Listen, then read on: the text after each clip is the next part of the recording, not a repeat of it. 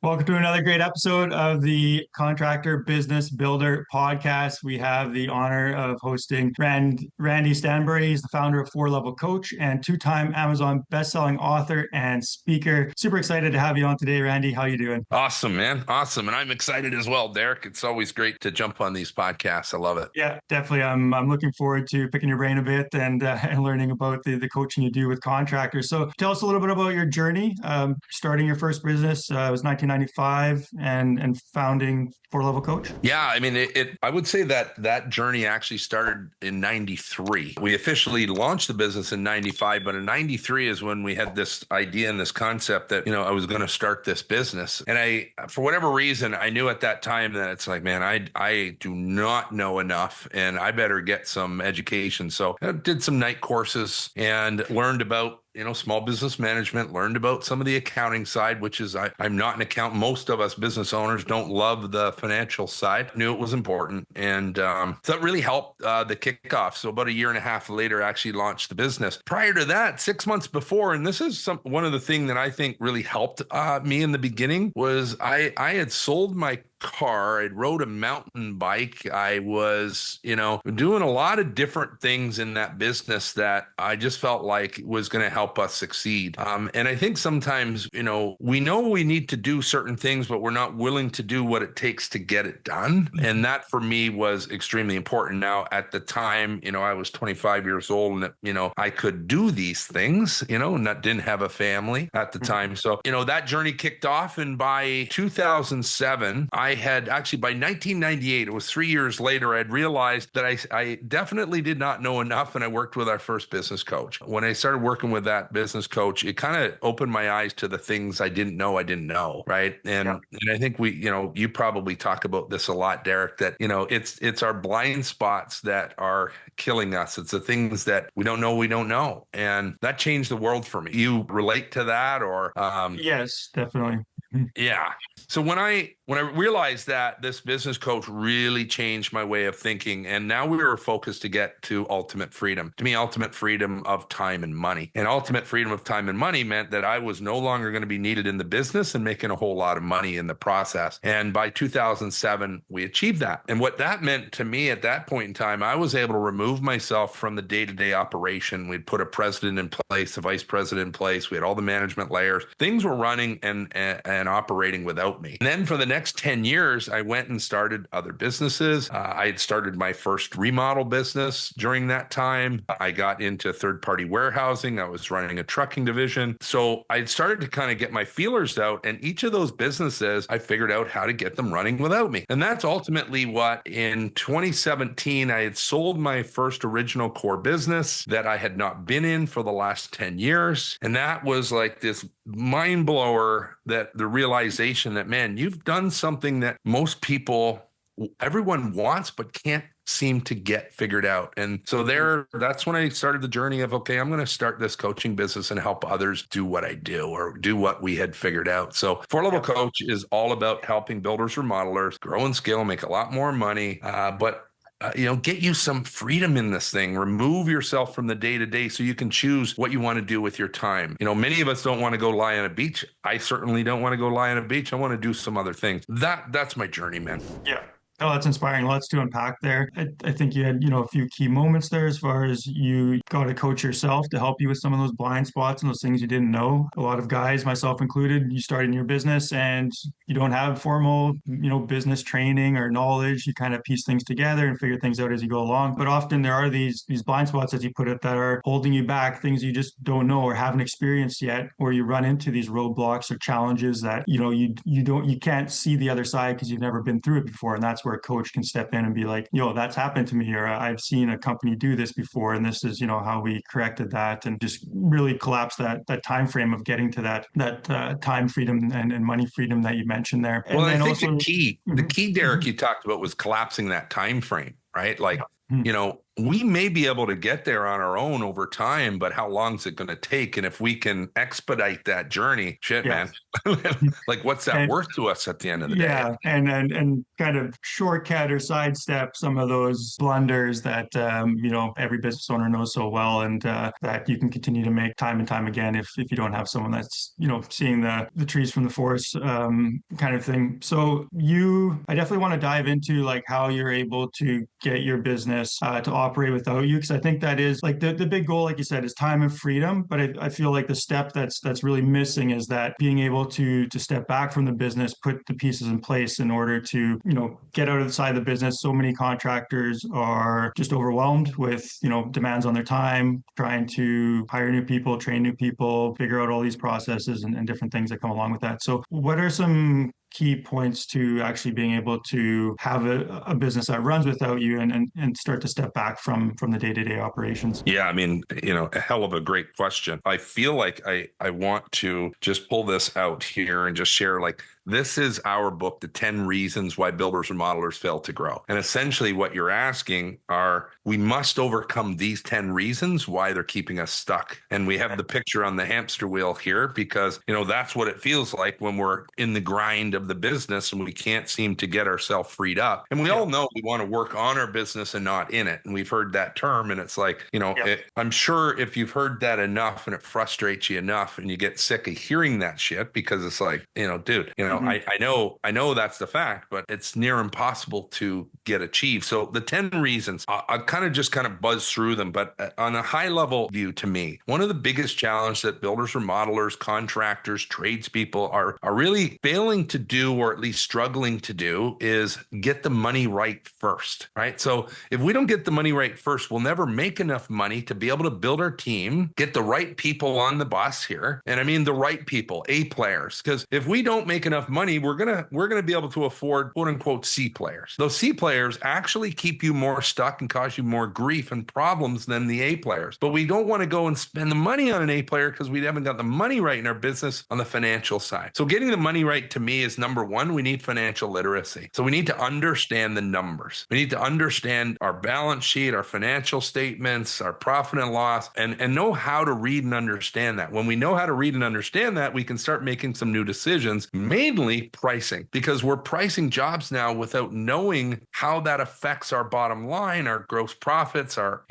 what is our break even? How do we know what margins we need to actually, go out and achieve? And if we don't get that right, the rest of it is, we're never going to get there because we're going to struggle financially, and the finance is what we need first. So we got to get the money right first. We talk about profit before growth. Number two is systems before people. The other thing, Derek, that I'm sure you see all the time is we're trying to throw people at our problem. And more people only create more frustration and overwhelm if we haven't got some training systems in place. We haven't got systems to actually know that they're doing what we want them to do and doing it consistently. If we don't get our software, working for us properly in conjunction with our systems and the people. So all of these things are very difficult. Half the reason and the battle is because we're overwhelmed and we don't have enough bandwidth and time to get focused on this, right? Am I hitting some nails on the head, or at least what you're seeing as well? Yeah, no, definitely. For sure. I want to reiterate like having your money right, and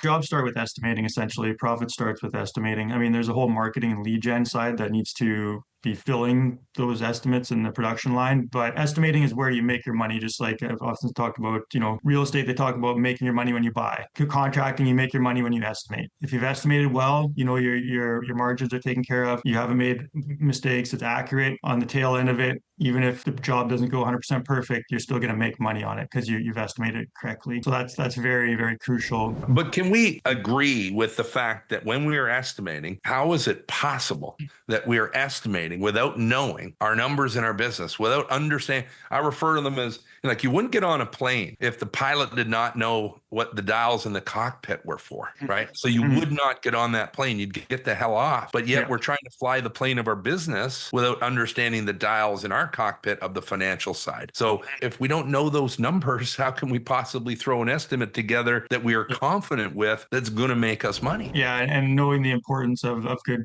finances and which numbers to look at, and even just keeping your books straight and doing, cash flow projections and all that stuff. very, very critical, definitely. And then Yeah. I like what you said about, systems before people, as well, is, the systems and processes that's working in your business, which I know for contractors haven't done it before. That's often, a pain point for them. But having, often I see it all the time where, they'll hire an admin, they'll hire a project manager who has experience, and they'll come in, but now you've got to train them. You got to get them up to speed on your, systems processes, or lack of that if you have them. And they're just kind of, winging things and doing their best. But it also sets up a kind of a poor example of your business when you bring someone in, you don't have some sort of system process training for them, because now they're realizing that everything just sort of, happens haphazardly, and it's not a great employee experience for them to come in and then have to deal with that. And that can often lead to higher turnover, or just, unsatisfactory culture with inside the business. You nailed it though, haphazardly, right? Mhm. So if Yeah. we're acting haphazardly, then does that not tell our employees that they can act haphazardly too? Because we Mhm. don't have a structure in place to set them up. Yeah. So we can't be haphazard. But we're also, we get frustrated and upset with people because they're not doing what we want, but we haven't set them up for success. Mhm.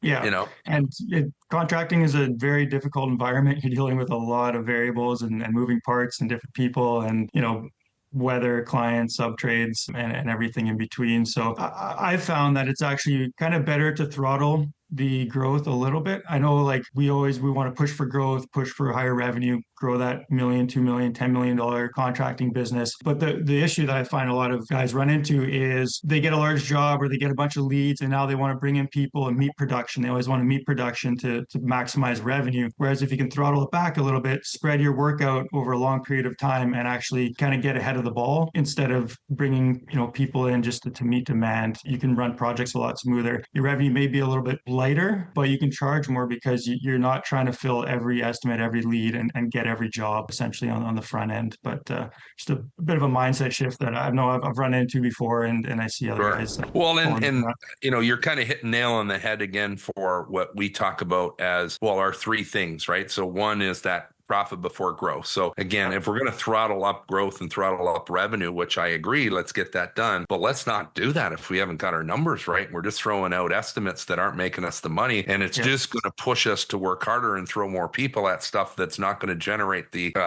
gross profit and the net profit that we need to actually grow our business. So that's a big one. So the profit before growth, the system for people, as you said, and then number three is the how before the what, right? So the how before the what. The what is what you're talking about. Let's throttle this up and we'll focus on the productivity. Productivity in the field of just getting projects done. And that's our what. Our what, in my view, is, hey, it's our projects, it's our remodels, it's our custom builds, or, it might, for the trades, it's the actual work that we're doing in the field. That's the what. So when we focus on that and we don't focus on the how is what, one, we can charge more money for, because we're creating a client experience that is worth that. But two is we're now getting focused on, hey, throttle that revenue back a little bit, understand the numbers, get the systems in place, and then focus on the how to create an experience and do things consistently that you can now grow and scale, right? Yeah. And so all of that stuff, comes together for us in our world. 4-level coach was named 4-level for a reason. Level 1 is having a job in your business. Level 2 is when we're starting to create a business that looks like a real small business. Like it has some people that are taking things off your plate, some management layers. Level 3 is when we get scalable, and level 4 is sellable, right? So we can't get to levels 3 and 4 until we get those first 3 things right. We start understanding, getting the systems, doing the how before the what, and creating an experience that people will pay more for it. Then let's ramp this thing up and become scalable. Yeah, for sure. So what would you say for contractors struggling to scale from, maybe they're in that level 2, wanting to go to level 3, go from kind of day-to-day management to actually being a leader, managing, a team of other managers? How would you approach that transition for a contracting company So to go from level 3 to 4? Or sorry, level 2 level to 3. 2 to 3. Yes. Well, level 2 to 3 can be one heck of a journey. So it is certainly not something that happens overnight. What we have to do is just start doing the right things right consistently over time. So these guys here, I have these elephants on my desk for a reason. What we're trying to do is eat an elephant getting from level 2 to 3, right? So level 3 to 4 is far easier. Once we're at 3, we can get to 4 pretty easily. But that journey from 2 to 3, that's a monster. So we got to start doing the right things right. And it's all the things that we just just talked about, including our systems and our software, to me, are so critical, right? It's the training. We often don't think about our training and how important and valuable that is. But imagine your people that you're hiring and putting in place, the team we're trying to build. These are our investments. And in fact, they are the most important investments you have. If you've invested in a flip property or, a spec home that you're building, any one of those things are truly investments, and they're part of our business. And we will do everything to increase the value of that investment to make us some more money as a one-time pop, right? We get a one-time return with that. Well, our people are sitting there. If you did one less spec home as that one-time pop and focused more energy in training and increasing the value of your investment of people, there's how you get to level 3. You can't get to level 3 without, one, the right A players on the team. You won't get there with C players. So when we have people that can't get there, won't evolve or can't evolve with us, we're not going to get there. If you, as a leader in the business, may not be a leader, you may be a good manager. Managers and leaders are two very different things. If you're not a leader in your business, then how are you going to help create other leaders? And level 3 businesses need leaders, not just managers, right? So we need leaders, not managers. We need systems in place. We need software to be rocking. We need A players on the team. And all of this stuff's got to come together over time, eating the elephant one bite at a time. And you mentioned sales and marketing. We talk about sales and marketing in our 10 reasons why builders and modelers fail to grow as numbers 9 and 10. And the reason being is because I think we got to get our foundation in place and get things dialed in before we start trying to ramp up. Now, I'm not saying don't go out and spend marketing dollars, but in the sense, let's make sure we got things right before we're trying to ramp up, because it's going to choke us in the process. Mm-hmm. Yeah, definitely. Again, lots to unpack there. So I'm looking forward to diving into some of this stuff. As far as you mentioned employee training, and I think everybody understands you want to invest in your people, which you mentioned, and that involves training. Although in construction, it's very common you kind of, throw the guy into the site and sink or swim, they'll figure it out, or they get training on the job. So what would you suggest, or what does a training program or employee training look like for you in a well-run company? So I think, one, it has to be done again, incrementally over time. So one part of training is how we onboard. So onboard people properly, have them understand what our expectations are. We have a tool called the Dive, Survive, Thrive. Let's understand what the dives are the stuff that's going to drive us crazy. Let's get clear about these. This is all the stuff that's going to drive us crazy. Do this, you won't be here long. So let's get clear on that. Survive in the Dive, Survive, Thrive is the expectations. This is what we expect. And then Thrive is how you can go to the next level. You want to make more money, you want bonuses, all of that along the way. We're going to show you and train you how you can thrive with us. Now let's put a package together so that we have clarity. Clarity is power. And most of the time, like you say, we're throwing people in the field. I think that's exactly how it happens. One, because we don't have time to focus on our investment. So we throw them in the field. Let's get a 90-day training package in place. Let's start with clarity on what the expectations, thrives, and dives are, right? Let's then start working with them and spending the time we need with a scorecard system. So I'm a very big believer in a scorecard system. Now, scorecards are not set up to beat someone up about what they're not doing well. It's so that we can figure out where they need more help, right? What are they great at? What are they solid at? What are they thriving at? And where are they need some help? This way, we can actually focus on and improve the value of our investment. But how do we do it without the systems to actually know what it is, have clarity up front, and then a scorecard system throughout to help keep and it's like guide rails, like keeping them on the guide rails and having them grow. Yeah. Here's another big thing. Can I talk about one more quick thing? I know I get fired up about this, but that's wonderful. I'm telling you, the one other big thing to me is it all starts with culture, right? So it is having, a company, a vision, a core values, a culture that people can thrive in. If you have that culture, people are like A players want to be part of that, first of all. Yep. Right. So without that culture, you're not going to attract people. You're going to have to just go find them. And finding is far more difficult than attracting. When you build a business that can attract the right A players and have this in place, that's how you get there. Yeah, for sure. Well said. You definitely, everybody likes to be part of a winning team, right? It's like if you're playing the sports or, business, being part of a winning team, there's an energy, there's an excitement, there's momentum, and good people want to be part of, good companies. Great people want to be part of great companies, and it's a natural attraction that Great. happens. And those A players as well, they help with the whole client experience. They help with bringing in great clients and referrals and everything. So there's a lot of other kind of auxiliary effects that come into play with having great people in the business as well. Yeah. If we could dive into the scorecard a little bit, I find that very interesting. What sort of things would you have on a scorecard? Is it different for different positions, or what? Can you maybe Yeah. clarify a little bit? Yeah, definitely. I mean, 100% custom to each role and each position. And the challenge is in, any of our builder remodeler businesses, contractors, we're often especially when we're when we're small and growing, we have people in multiple roles, right? They're handling multiple roles, wearing multiple hats. So sometimes their scorecards are going to be a combination of a few different roles, right? But at the end of the day, think about some of the key metrics that are going to take the business to the next level and what you need them doing. A project management, of course, some of the key factors, is it on schedule, on budget? Do we have client satisfaction, client happiness, which we should have client scorecards as well throughout the project. So how is that relating to what they're doing? Sub trades, scheduled time, do we have happy subs on sites? We like to call it one ecosystem job site. So what is the score rating on the level of the one ecosystem job site that we have going on with our subs, and how they're working well together? Of course, budget is really simple. Are we staying on track with that? Are we job costing? At what level of job costing, and how are we managing that? So project management, pretty straightforward. There's all kinds of other issues there in terms of scorecard. If someone is struggling with a certain aspect of training, then I want to pull that into a scorecard. If they're doing really well, let's not worry about that as a scorecard item anymore. Let's take it off of it because they're killing that, right? So let's just find the stuff that we can help massage and help them grow. So every role is going to be different. If we're estimating, of course, what's the scorecard on estimating? How quickly are we getting these,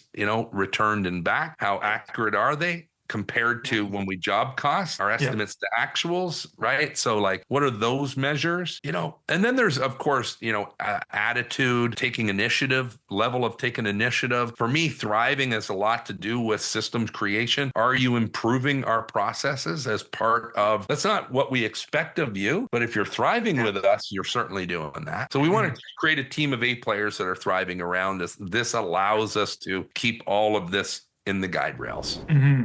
Yeah, I love what you said there about the, employees or even tradespeople, people in your business making suggestions or, asking for improvements on your systems and processes. They have buy-in to your company. They want to see you do well, that they're on board with the team. So that's definitely something special when you've got people that are invested in making your company better and want to see these processes and systems and, be heard and provide feedback, and having a culture that it supports feedback. Not everything's going to be great, but you always want to hear people out, appreciate the feedback. And sometimes there's some real gems that come out of that. And when people feel heard and listened to, and you actually can implement some of the things they said, there's that super buy-in. And, one reason why employees will stay long-term, because they feel like they are very much, part of the business. Shifting from like employees now to the client experience, which is just as pivotally important. Can you talk a bit about how to provide an amazing client experience and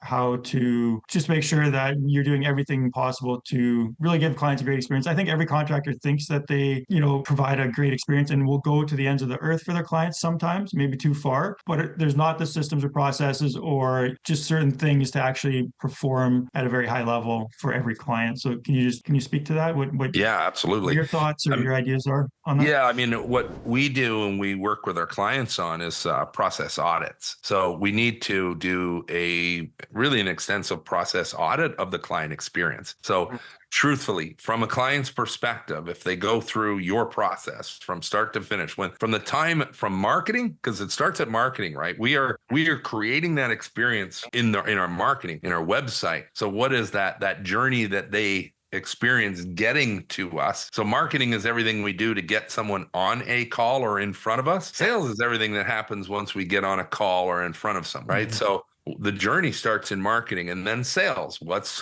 our whole sales process? What's that experience like, right? And there's literally a number of touch points from a client experience point of view that we can analyze and look at. What is this actually good? Is this what they want and need? Are we doing things that are actually not valuable, or the client doesn't see any value in that is actually useless to us along the way? So we through this process audit and the client journey, we can uncover a whole lot of things that we can now improve and work towards. And of course, then it starts, hey, from sales to closing the deals to onboarding the client into the new project, getting those expected. Most people, I think, drop the ball at a really poor handoff from sales to operations. And so that onboarding client meeting is everything. It solves most job site issues that occur with clients throughout. And then, of course, all the way through the project itself, which then just starts. That could be 18 months after that initial, depending on the size of the project. But I mean, we need to do a process audit. That's how you need to do it with a client, a client experience glasses on. Yeah, definitely. And I like how you focused on even like the pre-project side of things, where there's a lot of like setting expectations, having a good onboarding process, making sure the client feels really comfortable and smooth, moving from, reaching out to you, which can, it's a big thing for some people to reach out and ask, because they've got to, get an estimate, they've got to now, talk with someone, invite them into their home and all these things. So having a really good, smooth process and handoff between, marketing, sales, and then operations. And there's a lot of pre-planning that goes into a good client experience and a good project, where I think, especially when busy season comes around, it's pretty easy to drop the ball and not have things in order before the project starts, which just kind of puts you behind from the beginning and can make things more difficult as they go along. As far as like post-project, what would be your suggestions or process? We've completed the project. Thank you, Miss and Miss Smith, for, choosing us. What happens after that, like at the end of the project and maybe, in the ensuing, months or years? Well, I think there's two things. There's the client journey that needs to continue, right? Post project. And I love that you used the word post project. So our entire systems are mapped out, and in 4-level, we probably have, I don't know, it's got to be 50 plus different systems that are set up from pre-build to build to post-build. And post-build, and really to me, what has to happen is internally we need to do some audits, right? So how did the project go? Look at our scorecard system. How did we do with our trades and our trade scorecards? How did we do with our own internal team and that scorecard? What about the client scorecard? Bring that audit together. If we're doing it at the highest level possible, now most aren't going to have that time and even think about that. They're way too busy. But if you want to get to the pinnacle level of a level 3 and 4 business that's scalable and sellable, that's what I'm referring to. That level 2 is not doing this stuff, right? It's going to be extremely difficult. But if you want to be a level 3, 4, we need to start acting like one today, right? If you're a $2 million business today and you want to be a $20 million or $50 million business, we need to start acting like one today. We need to be thinking like one. So I'm planting the seeds as this is where you want to think and where you want to go. Yep.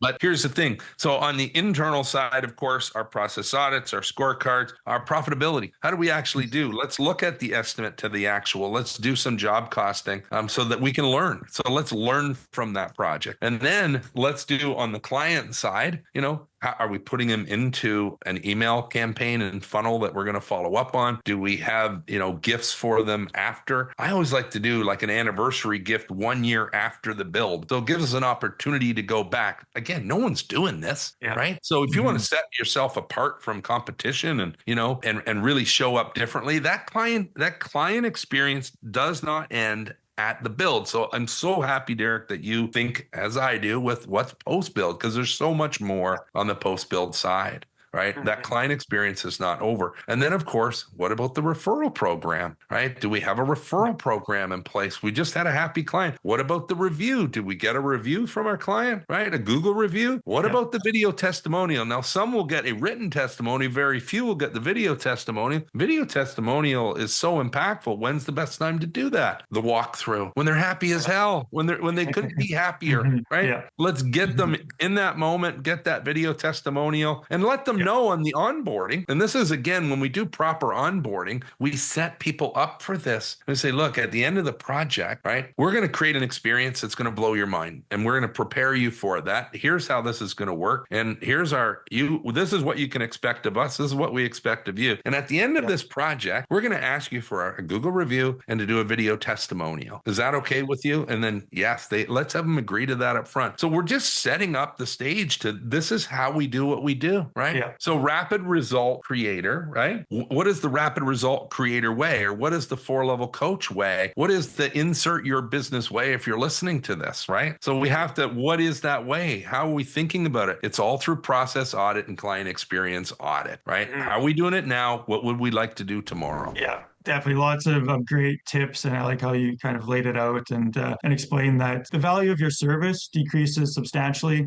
after it's completed. You know, they go on there with their lives, they've got all their other stuff that they're busy with. So half a year, 1 year, 2 years out, you know, they're going to kind of forget about that amazing experience and can. So you definitely want to be following up. They can be your best marketers, clients for sure. And everyone knows how strong referrals are and how important they are in business. So definitely invest the time to figure out that process and be following up. These consider them, you know, like friends or family or what have you, that, you know, good clients can be like that. And you want to touch base with them every now and then. Not that you're going to invite them to the barbecue every Saturday or anything like that, but at least give them a call or, you know, an email every now and then and see how they're doing and if they're still happy with their service and all these kind of things. I think what you mentioned there too, what I got out of it was how important communication is. Communicating, you know, what to expect and that, you know, these are the things that are going to happen. This is our way that we do business. Could you talk a bit about how to keep a high level of communication with clients and maybe some techniques to ensure that there is the right level of communication? I feel this is a place where a lot of contractors can fall short is the communication, just with how many different people that need to be communicated with constantly. Sure. I would say, a couple of things. One is I'm a very big fan of leveraging and using our system to the fullest degree. So let's keep as much communication in our software as possible, right? Because as soon as things get outside of software, we lose control. And if we ever have to go back on things, that can bite us in the ass later and cost us a whole lot of money if we haven't communicated. So part of communication is just mitigating risk, you know, really. But good communication obviously is setting that tone again in our onboarding and understanding this is how we're going to communicate. So in our onboarding, we talk about having and sharing your communication system. Because to me, again, remember, everything is a system if it's done properly. Communication is also a system. So in the communication system, it's the who, how, what, when, and where. So who's going to be communicating with you, how we're going to be communicating with you through software, email. Like when we communicate with you, we don't communicate after hours on weekends. We do communicate through, 9 to 5 or 8 to 6, whatever the time is. Or maybe you communicate all weekend long and that's up to you. That's how you run your business. That's fine. In fact, sometimes that's exactly what we need to do depending on, what we're dealing with or the client. So that, or who that's going to be. But the who, what, when, where, how, I think is extremely important. If you think about communication in those chunks, right? I think that's important. And then the last piece I would say is, and this came from one of our builder clients, I thought it was, fabulous. He talked about, who has the ball. So we always want to know who has the ball last on a communication or on an issue internally and in our team. So let's also make sure that we don't overstep boundaries of the roles. When we don't have clear roles and responsibilities, then it gets a little muddy as to who people are talking to and when. Yeah. Right. So yeah. I think that covered a fair bit on the communication side. Definitely. Yeah. And I like how you mentioned, communicate about how you're going to communicate as a company and set those working hours and communication expectations up front so that if they do call you on a weekend, they know that you've already talked about, hey, if you call me on a weekend after hours, I may not answer my phone. Best thing to do is email me. If it's urgent, call me twice or whatever. But, set some boundaries there so you can keep your sanity and enjoy your family and time as well. But, set those expectations early. Can you walk us through one of your client journeys, exceptional, clients, where they kind of started and how you worked with them through the coaching and kind of where they are now, one of your clients? Yeah. I mean, I'll the Ballantines come to mind right away. They have been, just they've taken our 4-level coach success system and they followed it to a T. And, so that's a really good example. And there's so many different examples, but they are just doing it to a T. And what's beautiful is just this Wednesday. So this is yesterday. So we're doing this podcast Thursday. Yesterday afternoon, they shared that they are hitting their first $1 million month. Oh. Now, 3 years ago, they were doing $2 million in annually at 2 million, so taking that from 2 million, a little bit messy in systems, no real systems, 2 of them running the business, trying to do everything themselves, very much a level 1 business, right? Very much a level 1 business, right? Shortly after that, a year later, they're ingrained into a level 2 business. Well, at this point, and we're talking 3 years later, they are a level 3 business. They are scalable. They're to a point. All systems are in place. Things are dialed in. The marketing machine is working. The sales machine, and we refer to it as a marketing machine, right? So I like to call it a machine. We want a vending machine, not a slot machine. A slot machine, and this is not my analogy, which is again brilliant by Dean Jackson. I love this anytime I share it. But a slot machine, if you have a slot machine, we throw money into that slot machine. We hope to hell something hits. Vending machine, we throw money in, we know what we're getting, right? And so think about that. But they've got the marketing machine in place. The sales machine is working. New leads are coming into the funnel. They're closing those deals. They have our sales system set up. We have 5 secret weapons to closing more deals at a higher price point. They're leveraging the hell out of that. So their experience is through the roof. None of this stuff was in place. So when you think of, you're struggling just getting jobs done, they're focused on the what, just getting what done, right? Not the how at all. They're extremely focused on the how today. That's all they focus on is the how. They got the money right. Their percentages are good. There was no profit before. There is really good profit today. The margins are where they need to be. And they're doing, they just hit their first $1 million month. So they're now at a point where I would say in the next year to 2 years, the goal in the next 2 years is 30 million. And I don't see what they're going to hit that. Like they're on track to do that. So, that's a 2 million to 30 million in a 5-year span. Dave, for example, who I talked about with the who's got the ball, right? He went from 5 million to 25 million in 2 years. Same system, same process, doing all of this stuff right. The Ballantines that I shared, they've had their $1 million month and they are more calm, more relaxed, more time to themselves and freedom in the business. They work their ass off in it. Don't get me wrong, but they can choose how and what they do in the business. The business is not running their life anymore, right? So they have more free time and freedom in it with a whole lot more going on in revenue, but the people and systems are in place. That's inspiring. Is that hit the nail on the head for you? Definitely. No, very inspiring. Great to hear that. And I like how it's kind of a bit of a holistic approach with a lot of different pieces coming together there and, getting all those systems in place. And once they are, kind of you have that freedom to grow and scale the business. And, the wheels aren't going to fall off because you built the vehicle properly. Right. Bingo. So people are interested in learning more about 4-level coach and, getting some of these amazing results and just growing their business. What's the best way for them to contact you or your coaching company? My email, randy@4levelcoach.com. That's the number 4levelcoach.com. Or you go to our website, again, the number 4levelcoach.com. All of our, there's free resources, tools, our books are there, but you can book a call with me on there as well if you want. Some of our programs are laid out and kind of how they work. So all that's there.